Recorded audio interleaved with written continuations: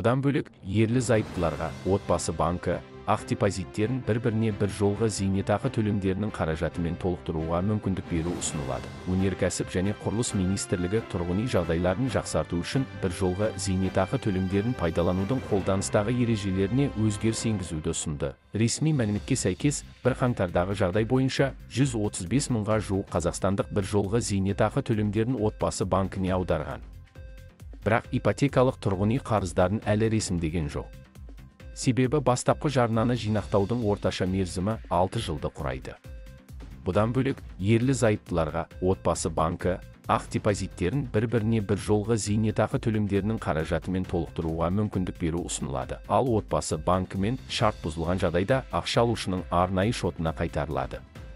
Ол 20 жұмыс күні ішінде осы қаражатты тұрғын үй жағдайларын жақсартуға пайдалана алады немесе емдеуге жұмсай алады.